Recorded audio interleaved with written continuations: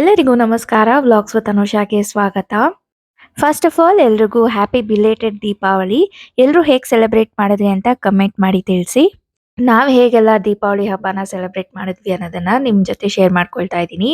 ದೀಪಾವಳಿ ಹಬ್ಬಕ್ಕೆ ಅಂತ ನಾನು ಒಂದು ಹೊಸ ಕುಕ್ವೇರ್ನ ಪರ್ಚೇಸ್ ಮಾಡಿದ್ದೆ. ಸೊ ಅದ್ರ ಬಗ್ಗೆ ಡೀಟೇಲ್ಸ್ನ ಇವಾಗ ನಿಮ್ಮ ಜೊತೆ ಶೇರ್ ಮಾಡ್ಕೊಳ್ತೀನಿ. ಈ ಕುಕ್ವೇರ್ ಬಂದು ದಿ ಇಂಡಸ್ ವ್ಯಾಲಿ ಬ್ರ್ಯಾಂಡ್ದು. ಸೊ ನಾನು ಸ್ಟೇನ್ಲೆಸ್ ಸ್ಟೀಲ್ ಮಲ್ಟಿ ಕುಕ್ಕರ್ ಪಾಟ್ನ ಪರ್ಚೇಸ್ ಮಾಡಿದ್ದೆ. ಈ ಕುಕ್ವೇರ್ ನಲ್ಲಿ 3 ಲೇಯರ್ಸ್ ಇದೆ ಅಲಾಂಗ್ ವಿತ್ ಗ್ಲಾಸ್ ಲಿಡ್. ಇದು 100% ಫುಡ್ ಗ್ರೇಡ್ ಮೆಟೀರಿಯಲ್ ಇಂದ ಮಾಡಿದ್ದಾರೆ. ಹಾಗೆ ಇದರಲ್ಲಿ ಯೂಸ್ ಮಾಡಿರುವಂತದ್ದು premium quality stainless steel material. ಹಾಗಾಗಿ ಇದರಲ್ಲಿ ಅಡುಗೆ ಮಾಡೋದ್ರಿಂದ ನಿಮ್ಗೆ ಬೇಗ ಸೀದೋಗಲ್ಲ. ಅದೇ ರೀತಿ ಅದನ್ನ ಕ್ಲೀನ್ ಮಾಡೋದು ಕೂಡ ತುಂಬಾನೇ ಈಸಿ ಹಾಗೆ ಸಿಂಪಲ್. ಆಗ್ಲೇ ಹೇಳ್ದಾಗೆ ಈ ಥರ್ಡ್ ಲೇಯರ್ ನಲ್ಲಿ ನೀವು ಬಿರಿಯಾನಿ ಮಾಡ್ಬೋದು, ಕರೀಸ್ ಮಾಡ್ಬೋದು, ಗ್ರೇವೀಸ್ ಮಾಡ್ಕೊಳ್ಬೋದು.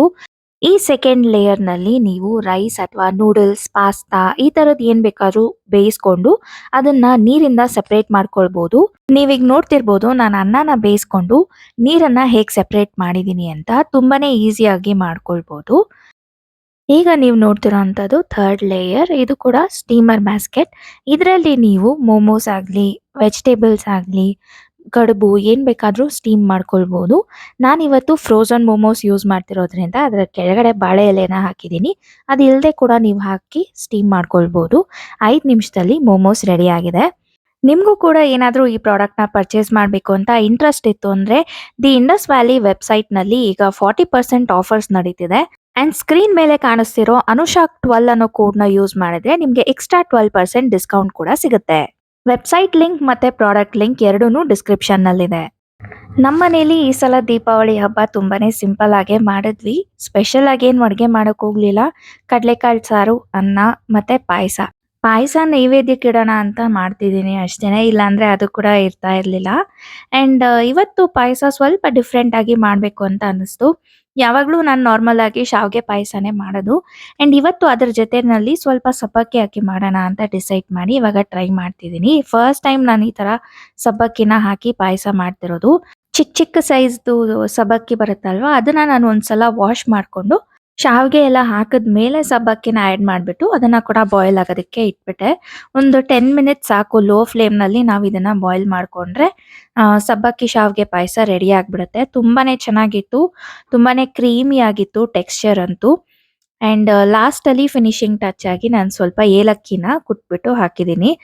ಇದರಿಂದ ತುಂಬಾನೇ ಒಳ್ಳೆ ಫ್ಲೇವರ್ ಬಂತು. ಇದನ್ನ ದೇವ್ರಿಗೆ ನೈವೇದ್ಯಕ್ಕಿಟ್ಟು ಪೂಜೆ ಎಲ್ಲ ಮಾಡಿದ್ದಾಯ್ತು.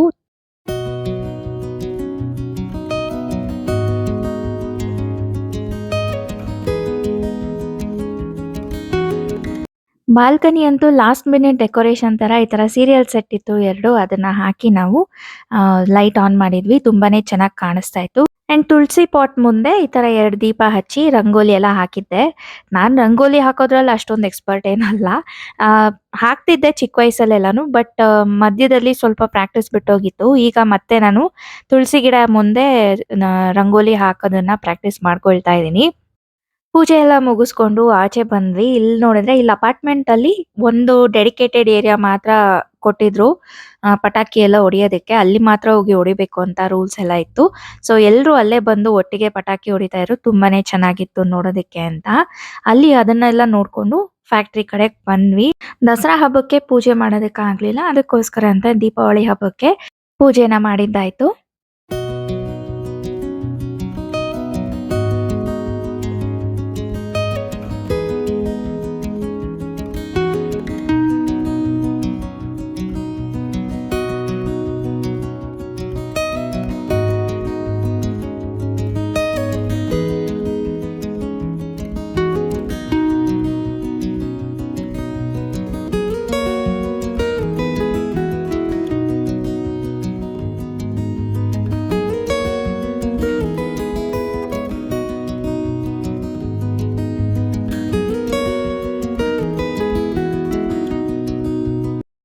ಈಗ ನೆಕ್ಸ್ಟ್ ಡೇ ಆಗಿದೆ. ಸೊ ನೆಕ್ಸ್ಟ್ ಡೇ ಅಮಾವಾಸ್ಯೆ ಇತ್ತು. ಅವತ್ತಿನ ದಿನ ಅಮ್ಮನ ಮನೆಯಲ್ಲಿ ಪೂಜೆ ಇರುತ್ತೆ ಯಾವಾಗ್ಲೂ. ಸೊ ಅದಕ್ಕೆ ಡ್ರೆಸ್ ಎಲ್ಲ ಐರನ್ ಮಾಡ್ಕೊಳ್ತಾ ಇದ್ದೀನಿ ರೆಡಿ ಆಗೋದಕ್ಕೆ ಅಂತ. ಆ ಡ್ರೆಸ್ನ ನಾನು ಶಾಪಿಂಗ್ ಮಾಡೋ ಟೈಮ್ನಲ್ಲಿ ಈ ವ್ಲಾಗನ್ನ ಮಾಡಿದ್ದೆ. ಅದನ್ನ ಕೂಡ ಇದರಲ್ಲಿ ಇನ್ಕ್ಲೂಡ್ ಮಾಡಿದ್ದೀನಿ. ಯಾವ್ದಾದ್ರು ಫೆಸ್ಟಿವಲ್ ಅಂದ್ರೆ ಸಾಕು ಎಲ್ಲ ಕಡೆ ತುಂಬಾ ಚೆನ್ನಾಗಿ ಡೆಕೋರೇಷನ್ಸ್‌ನ ಮಾಡಿರ್ತಾರೆ. ಇದು ಕೂಡ ನಂಗೆ ತುಂಬಾನೇ ಇಷ್ಟ ಆಯ್ತು. ಅದಕ್ಕೆ ನಿಮ್ ಜೊತೆ ಶೇರ್ ಮಾಡ್ಕೊಳ್ಳೋಣ ಅಂತ ನಾನು ವ್ಲಾಗಲ್ಲಿ ಇನ್ಕ್ಲೂಡ್ ಮಾಡಿದ್ದೀನಿ.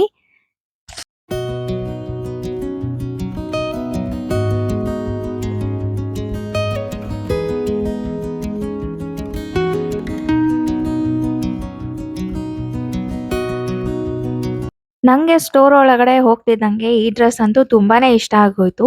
ಹಂಗೆ ಇದನ್ನ ನೋಡೋಣ, ಅದ್ರ ಜೊತೆನಲ್ಲಿ ಬೇರೆನೂ ಚೆಕ್ ಮಾಡಿ ನೋಡೋಣ ಅಂದ್ಬಿಟ್ಟು ಹಾಗೆ ಟ್ರೈ ಮಾಡ್ತಿದ್ದೆ. ಇನ್ನೊಂದುನು ನಂಗೆ ಇಷ್ಟ ಆಯ್ತು, ಈ ಪಿಂಕ್ ಕಲರ್. ಬಟ್ ಈ ಪಿಂಕ್ ಕಲರ್ ಆಲ್ರೆಡಿ ನನ್ನ ಹತ್ರ ಇದೆ. ಒಂಥರ ಸೇಮ್ ಕಲರ್ ಕುರ್ತಾ ಇದೆ. ಸೊ ಹಸ್ಬೆಂಡ್ ಹೇಳಿದ್ರು, ನಿನ್ನ ಹತ್ರ ಇಲ್ಲದೆ ಇರೋಂಥ ಕಲರ್ ತಗೋ ಅಂತ. ಸರಿ ಅಂದ್ಬಿಟ್ಟು ನಾನು ಇದನ್ನ ಟ್ರೈ ಮಾಡಿದೆ. ಇದ್ರಲ್ಲೇ ನಾನು 3 ಟಾಪ್ಸ್‌ನ ಚೇಂಜ್ ಮಾಡಿ ಫೈನಲ್ ಆಗಿ ಇದನ್ನ ಸೆಲೆಕ್ಟ್ ಮಾಡಿದೆ. ಒಂದೊಂದು ರೀಸನ್‌ಗೆ ರಿಜೆಕ್ಟ್ ಮಾಡಿದ್ದಾಯ್ತು. ಸೊ ನನ್ನ ಡ್ರೆಸ್ ಏನೋ ಬೇಗ ಸೆಲೆಕ್ಟ್ ಆಗೋಯ್ತು. ಹಸ್ಬೆಂಡ್ ಸ್ವಲ್ಪ ಟೈಮ್ ತಗೊಂಡು ನಿಧಾನಕ್ಕೆ ಶಾಪಿಂಗ್ ಮಾಡಿದ್ರು. ಆಂಡ್ ಇಲ್ಲಿ ಸ್ವಲ್ಪ ಕ್ರೌಡ್ ಕಮ್ಮಿ ಕೂಡ ಇತ್ತು. ಕೆಳಗಡೆ ಅಂದ್ರೆ ಗರ್ಲ್ಸ್ ಸೆಕ್ಷನ್ ಅಲ್ಲಿ ಸ್ವಲ್ಪ ಕ್ರೌಡ್ ಜಾಸ್ತಿನೇ ಇತ್ತು ಅಂತ ಹೇಳ್ಬೋದು. ಮೇ ಬಿ ಬಾಯ್ಸ್ ಅಷ್ಟೊಂದು ಜಾಸ್ತಿ ಶಾಪಿಂಗ್ ಮಾಡಲ್ವೇನೋ ಗೊತ್ತಿಲ್ಲ. ಗರ್ಲ್ಸ್ ಅಂದ್ರೆ ಜಾಸ್ತಿ ಶಾಪಿಂಗ್ ಮಾಡ್ತಾರೆ. ತುಂಬಾ ಹೊತ್ತು ಸರ್ಚ್ ಮಾಡಿ ಎಲ್ಲಾನು ಟ್ರೈ ಮಾಡಿ ಫೈನಲಿ ಈ ಶರ್ಟ್ ಒಂದು ಅವ್ರಿಗೆ ಓಕೆ ಆಯ್ತು. ಸೊ ಇದನ್ನ ಕೂಡ ತಗೊಂಡು ನಾವು ಅಲ್ಲಿಂದ ಹೊರಟು ಬಂದ್ವಿ.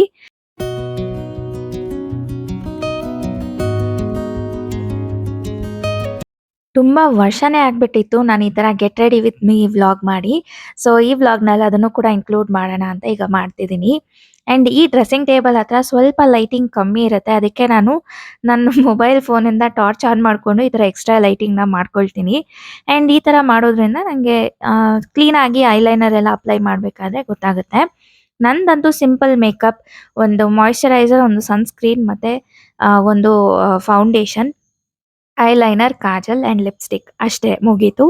ಆಂಡ್ ಈ ತರ ಒಂದು ಸಿಂಪಲ್ ಆಗಿರುವಂತ ಜ್ಯುವೆಲ್ಲರಿ ಪೀಸ್ ಅಷ್ಟೇ. ಆಂಡ್ ಗೋಲ್ಡ್ ಬ್ಯಾಂಗಲ್ಸ್ ಇತ್ತು, ಅದನ್ನ ಹಾಕೊಳ್ತಾ ಇದ್ದೀನಿ. ಆಂಡ್ ಸಿಂಪಲ್ ಆಗಿರುವಂತ ಒಂದು ಹೇರ್ ಸ್ಟೈಲ್ ಅಷ್ಟೇ. ಇವಾಗ ನಾನು ಕಂಪ್ಲೀಟ್ ಆಗಿ ರೆಡಿ ಆಗಿದ್ದೀನಿ. ಹೇಗ್ ಕಾಣಿಸ್ತಿದ್ದೀನಿ ಅನ್ನೋದನ್ನ ಕಮೆಂಟ್ ಮಾಡಿ ತಿಳಿಸಿ. ಈ ಕುರ್ತಾ ಜೊತೆ ಪ್ಯಾಂಟ್ ಸಪ್ರೇಟ್ ಆಗಿತ್ತು. ಅದನ್ನ ನಾನು ಸಪ್ರೇಟ್ ಆಗೇ ತಗೊಂಡೆ. ದುಪಟ್ಟ ನನ್ನ ಹತ್ರ ಆಲ್ರೆಡಿ ಇತ್ತು. ಬಟ್ ಅದನ್ನ ನಾನು ವೇರ್ ಮಾಡಿಲ್ಲ. ಅಲ್ಲಿಂದ ಅಮ್ಮನ ಮನೆಗೆ ಬಂದಿದ್ದಾಯ್ತು. ನಾವು ಬರೋಷ್ಟೊತ್ತಿಗೇನೆ 3 ಗಂಟೆ ಆಗೋಗಿತ್ತು. ಆಂಡ್ 3 ಗಂಟೆ ಅಷ್ಟೊತ್ತಿಗೆ ಪೂಜೆ ಮಾಡಬೇಕು ಅಂತ ಇತ್ತು. ಸೊ ಹಾಗಾಗಿ ಅಮ್ಮ ಮತ್ತೆ ಚಿಕ್ಕಮ್ಮ ಎಲ್ಲಾನು ಫಾಸ್ಟಾಗಿ ಎಲ್ಲ ರೆಡಿ ಮಾಡ್ಕೊಳ್ತಾ ಇದ್ರು. ನಾನು ಆದಷ್ಟು ಅದನ್ನ ರೆಕಾರ್ಡ್ ಮಾಡೋದಕ್ಕೆ ಟ್ರೈ ಮಾಡಿದೆ. ಆಂಡ್ ಪೂಜೆನೂ ಒಬ್ಬೊಬ್ಬರಾಗಿ ಮಾಡಿದ್ದಾಯ್ತು.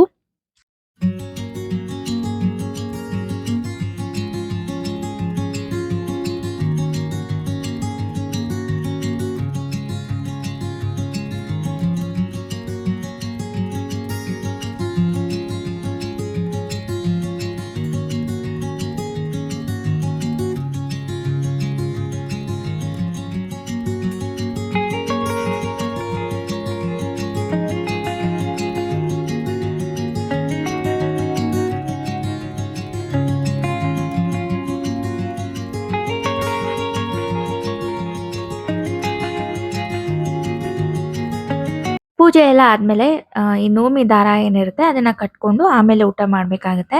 ಅದನ್ನೇ ಅಮ್ಮ ನನ್ಗೀಗ ಕಟ್ತಾ ಇದಾರೆ. ಎವ್ರಿ ಇಯರು ಅಷ್ಟೇನೆ ಅಮ್ಮನೇ ನಂಗೆ ಕಟ್ಟೋದು. ಅಮ್ಮನೇ ಟೈಟಾಗಿ ಕಟ್ಟಿರ್ತಾರೆ. ಯಾಕಂದ್ರೆ ಅದು ಒಂದ್ಸಲ ಏನಾದ್ರು ನಾವು ಅದನ್ನ ಕಳ್ದಾಕೊಂಡ್ವಿ ಅಂದ್ರೆ ಈ ಹಬ್ಬನ ಮಾಡೋ ಹಾಗಿಲ್ಲ. ಹಾಗಾಗಿ ಆದಷ್ಟು ನಾನು ಕೇರ್‌ಫುಲ್ ಆಗೇ ಇರ್ತೀನಿ. ದಾರ ಎಲ್ಲ ಕಟ್ಕೊಂಡು ಕುಂಕುಮ ಎಲ್ಲ ಹಚ್ಕೊಂಡ್ಮೇಲೆ ಊಟ ಮಾಡ್ಕೊಂಡು ಸ್ವಲ್ಪ ಹೊತ್ತು ರೆಸ್ಟ್ ತಗೊಂಡ್ವಿ. ಅದಾದ್ಮೇಲೆ ಅಲ್ಲಿಂದ ವಾಪಸ್ ಮನೆಗೆ ಬಂದ್ವಿ. ಸೊ ಇದೇ ಇವತ್ತಿನ ವ್ಲಾಗ್. ನಿಮ್ಮೆಲ್ಲರಿಗೂ ಇಷ್ಟ ಆಗಿದೆ ಅಂತ ಅನ್ಕೊಳ್ತೀನಿ. ಇಷ್ಟ ಆಗಿದ್ರೆ ನಿಮಗೆ ಗೊತ್ತು ಏನ್ ಮಾಡ್ಬೇಕು ಅಂತ. ಈ ವಿಡಿಯೋನ ಲೈಕ್ ಮಾಡಿ, ಶೇರ್ ಮಾಡಿ. ಹಾಗೆ ನೀವೇನಾದ್ರೂ ನಮ್ಮ ಚಾನೆಲ್‌ನ ಫಸ್ಟ್ ಟೈಮ್ ನೋಡ್ತಾ ಇದ್ದೀರಾ ಅಂದ್ರೆ ಈಗಲೇ ಕೆಳಗಡೆ ಕಾಣಿಸ್ತಿರೋಂಥ ಸಬ್ಸ್ಕ್ರೈಬ್ ಬಟನ್ನ ಕ್ಲಿಕ್ ಮಾಡಿ. ಹಾಗೆ ಅದ್ರ ಪಕ್ಕದಲ್ಲೇ ಇರೋಂಥ ಬೆಲ್ ಐಕಾನ್ನ ಕೂಡ ಕ್ಲಿಕ್ ಮಾಡಿ. Thanks for watching. ಬಾಯ್.